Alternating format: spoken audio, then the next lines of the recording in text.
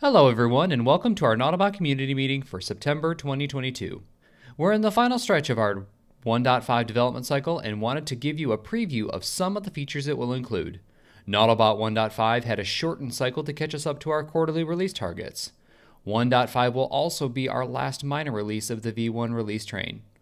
Let's check out some of the features we'll be releasing in 1.5.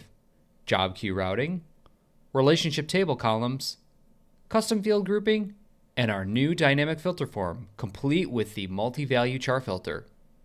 First up, job queue routing. Hi, I'm Gary, and I'm going to be showing the new job queues feature in Nautobot version 1.5. So this feature allows you to specify arbitrary celery queue names so that, say you want to send jobs to a specific server and run only certain jobs on one server, you can do that now.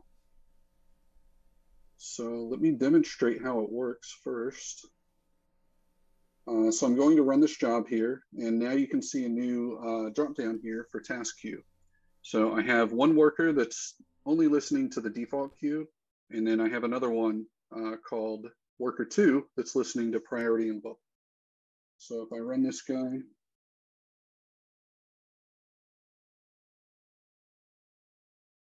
we can see that that one that I ran on the default queue is running on worker 1. And I can go run it again.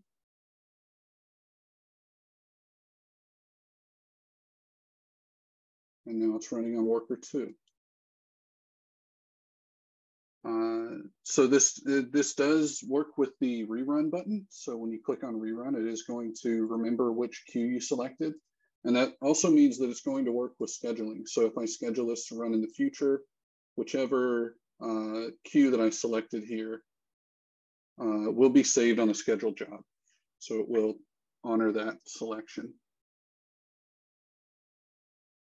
This drop-down list is populated by the job itself. So just like some other fields on the job, these are overridable. So if we go into the job and edit it, we can see down here that these were the queues that were set in the job itself, but I can override that if I want to, and I can add another one onto the end. Let's call this one miscellaneous. So now when I go run that job, I can see a miscellaneous queue, but it has no workers running on it.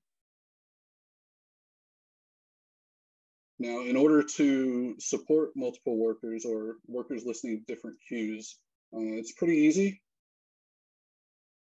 I've got my setup here. So this is my celery worker 1 that I just showed that's listening to the default queue. So this is a pretty standard worker setup, right? And then I have my worker 2 here. And all I have to do is pass the -q flag to my celery worker entry point here. And I can specify as many queues as I want, just comma separated.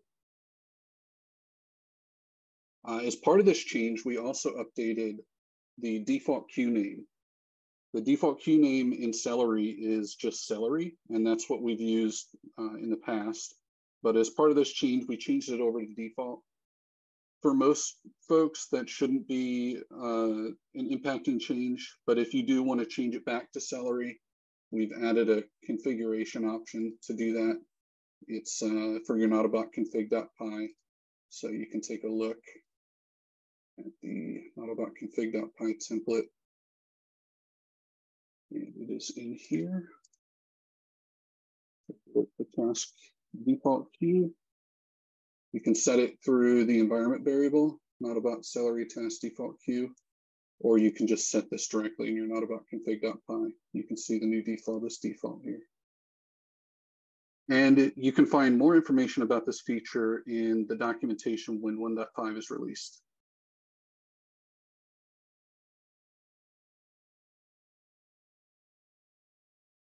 Hi, Glenn here, and I'm talking about another feature that's coming in Nautobot 1.5, which is the ability to display object custom relationships in object table lists. So for the sake of this example here, I've set up a couple of relationships between the site and device models, calling this a primary device, it's a one-to-one relationship, and critical devices, it's a one-to-many relationship. And if I go over to the site view, as I populate some of those relationships and configure the table, those relationships can be seen here as additional options for columns to display in the table. So I click both of those and hit save.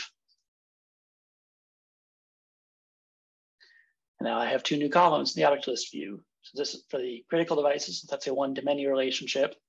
I get a list just telling how many related objects there are. And I can click through on that to actually get that listing of objects. For the one-to-one relationships, there's just one related object that just shows directly as a table column. And so this allows even more information to be viewed in the object list view. This is building on top of the features that came in earlier releases of Nautobot to be able to display custom fields and computed fields as table columns. Now with the ability to display relationships as table columns as well, you have a wealth of extensibility options for augmenting what information shows up in your tables. Thank you. Hi, how's it going, everybody? My name is Han Lin, and I will be demonstrating a new feature that was added to custom fields that will be available in Nautobot version 1.5. So this feature is going to be available in every object detail view. As you can see here, we are at a provider object detail view, and there are some custom fields pre-populated with some of the groupings pre-populated as well on this custom field tab. As you click on this downward arrow that's next to the group name, it will make the group collapse. So if you click on all of them, it will collapse all of them, and there's a collapse all button and expand all button available here in case you need to, in case you don't want to click on each individual one of the groups to collapse them all. So as you can see here, it's collapsed, and if you expand it, all the group menus will be expanded. And for the sake of demonstration, I would click on it again. It's very handy. So in order to use this feature, you only need to type in the grouping name whenever you create and update a custom field. So here we are going to create a new custom field. That's called a CF7, and here is where the magic happens. You type in the group name, or for this one, I'm going to say group 5, and assign a content type of provider. Click on create, and we go back to the provider object detail view page. So you can see here, group 5 is shown in the custom field tab with CF7 underneath it. So for the sake of demo, let's create a new custom field without the grouping assigned to it. Let's call it CF8, and we leave the grouping form field blank. We go to provider, and we hit create. Refresh this page. As you can see, CF8 is automatically brought up to the top where all the custom fields without grouping belongs. So, let's say if you want to make CF7 belong to group 4 instead of group 5, all you need to do is go to the edit page of CF7. So you go to edit, you make the group name the same as the group you want the custom field to belong in. So in this case, it's group 4. And you click on update. You go back to the object detail view page, you refresh it. CF7 is automatically assigned under group 4. Yeah, so this feature is primarily used when a content type has many custom fields. This collapsible menu will make will make this tab much more human, user-friendly and readable. And that's it. Thanks for watching. Hey everyone, my name is Brian and I'm here to show off the new filter form enhancements in Nautobot 1.5. In Nautobot 1.5, we are going away from the right-hand side filter form that you're used to seeing in the object list views, and we have now created a dynamic filter form that is a click of a button away. Click on the filter button at the top of the list view, and then you will be able to select many of the fields that originally were not exposed on the forms, as well as a wealth of lookup expressions that weren't accessible either. So for example, for created, we can select greater than equals or less than or equals or even exact. Let's try one out. So I want to find all devices that were created before today. Select less than or equal. The filter field automatically populates with the correct widget type. So you'll see that I get a nice calendar helper. So select yesterday and click apply. And there we go. We have filtered on devices created before yesterday. You'll see the current filter displayed at the top of the table view with the field and lookup expression as well as the values that it's filtering on. We can filter on multiple objects by going in here and selecting an additional field. So I'm going to scroll down and say last updated. Let's say which ones were updated today, or greater than or equal.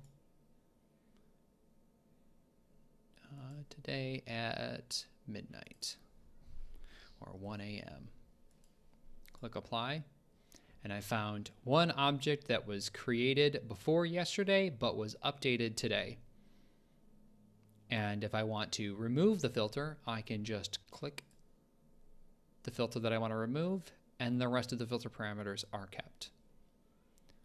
One additional neat feature that was added was the multi-value char filter.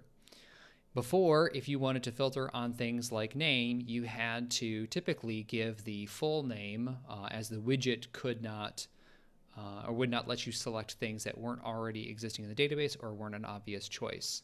But now I want to filter on name. One filter expression that you would have had before would say be regex. And let's say I want to look for devices that begin with AMS01. Put the regular expression in here, click apply, and there we go. I found all devices that begin with AMS01.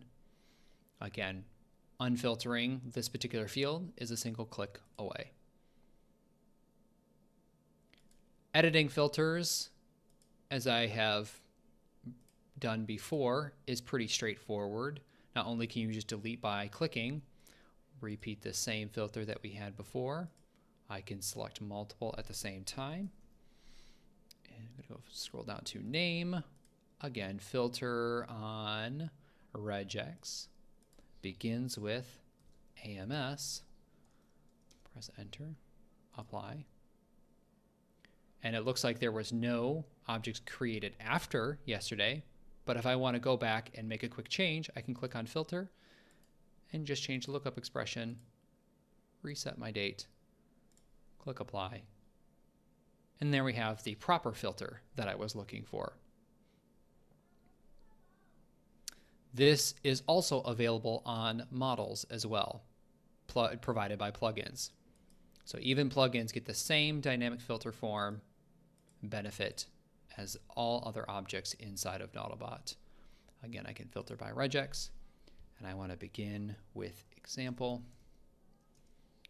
Press apply, and I now have objects that begin with example. That wasn't very helpful since all models begin with that. But let's say I want to change the regular expression to ending in 1. Click apply, and I now have filtered on objects that end with 1. This is some of the amazing filters and customization that you can do inside of Nautobot that you've always been able to do with the API, now serviceable in the UI. There's two more things we wanted to let you know about. In Nautobot 1.5, we will be disabling Cache Ops functionality by default for new installations. Cache Ops has helped address some of the performance issues in the past, but we've made great strides in improving the queries, indexing, and other operations inside Nautobot. Now, many bugs or user experience issues are introduced due to caching and proper invalidation. We have evaluated the performance of some of our top operations, and disabling still provides similar performance as you experience today, without cache-based issues. If you will be upgrading from 1.4 or prior, caching will still be enabled due to the way this setting has been applied in the past. You can disable it anytime by updating the Cache Ops enabled variable in your config. We will be looking to remove Cache Ops entirely in a future major release.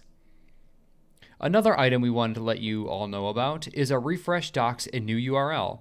Documentation is at the heart of getting the most out of any software platform, and the same applies to Nautobot. You can now find the core platform docs as well as the docs for our ever-growing plugin ecosystem at docs.nautobot.com. The new design is much easier to navigate and find the information you're looking for. We will continue evolving the content and organization of these docs too, complete with more user guides. Thank you all for watching this month's community meeting. We'll be in our Slack channel for additional conversations. Happy automating!